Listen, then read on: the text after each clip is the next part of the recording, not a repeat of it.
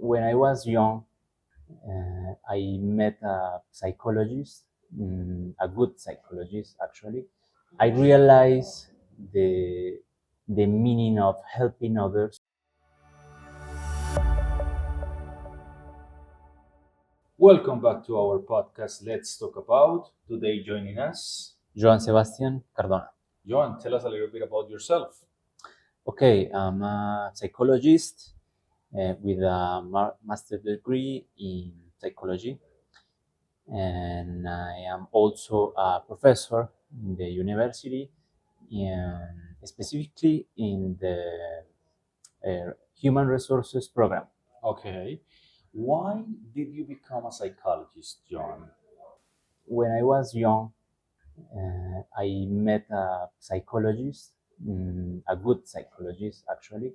I realized the meaning of helping others in the issues or problems in the life. That moment, I just thought in the needs of the human being. That's Okay. So basically, your reason is to help others. yes, All right. yes, yes. Let's get down to our central topic. What are we going to talk about today? Okay, we can talk about organizational culture and climate. Okay. What is organizational culture? Okay, organizational culture is the really the meaning of the any kind of enterprise is the personality of the company. We can think about the identity of the company. Okay. Okay. And you mentioned another term, organizational Climate. climate. Tell us a little bit about it. Okay, when we talk about the climate, normally we can describe some factors like relationship, leadership, communication skills, and others. Okay, so those are the main topics that you teach in your classes? Yes. Okay, so how or what do you teach in when you are talking about the communication skills? Okay, about uh, communication skills, we have to know two things that are very important. First of all, we talk about effective communication. In that case, we have to learn about the meaning of the communication. Uh, we all know about uh, message, receptor, and Sender. sender, yes. And in that case, if the objective of the communication is, in that case, we can talk about the. In the other hand, we can talk about assertive communication. In that case, we talk about the style. Okay. If you are a little aggressive or passive in the way uh, in which you talk, non-verbal communication. Non-verbal. Non-verbal communication. Okay. All right. Thinking about communication, is it a vital part of the well-being lived in a company? In the way in which we all live the well-being in the company, we all have a social need about the meaning of the relationship with others. That's the reason because we have to communicate with others. We have to uh, make better relationships in every context in the life. Okay. What does it mean that a company and its employees have well-being? What does it mean? What does it mean? What does well-being mean in a company? Okay. Mm, when we can talk about well-being in a company, normally you think about a relationship in the with your colleagues. You can think about the leadership. You can think about communication skills. But in the other hand, we have other factor that can affect the well-being.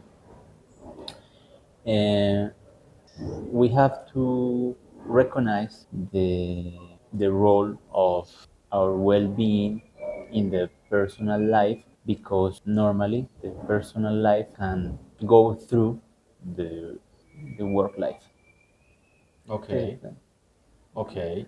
that's So basically, and correct me if I'm mistaken, you're saying that companies are also responsible for their employees' personal well-being in their personal life. yes, How? yes. Actually, companies have to know the situation of only the working situation.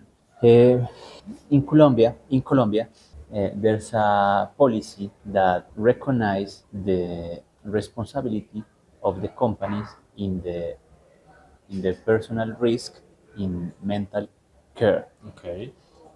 In that case, we have to know about the economic situation, if you have access to some resources in your house, if you have some problems to arrive, and all of that is important to the company, not only the things you do inside the company. Okay. Okay.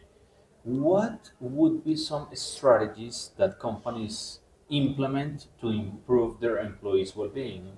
Okay, first of all, the most important thing in well-being in the company has to be the leadership work, Okay. because in the leaders you have the responsibility of the environment, because the leader has the, the role of control all the factors in the environment. Okay. Okay. What happens to companies who or which don't pay attention to their employees' well-being?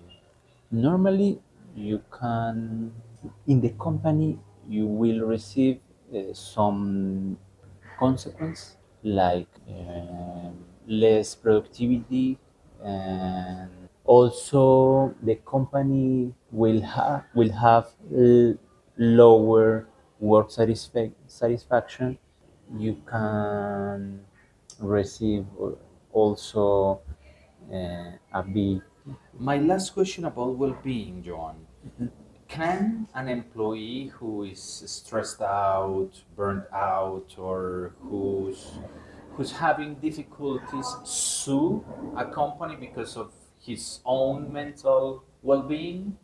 Yes, Okay. yes. The company has the responsibility of vigilate the condition of the all the employees, and you have to know that we all pass a lot of time working, and if you have a lot of issues that can affect your mental health, you will receive a lot of consequence in your life. You already say the burnout.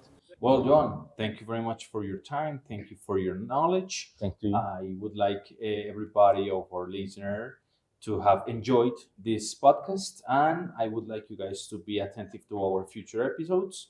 Continue with your practice. Thank you very much. See you next time, John. Thank you.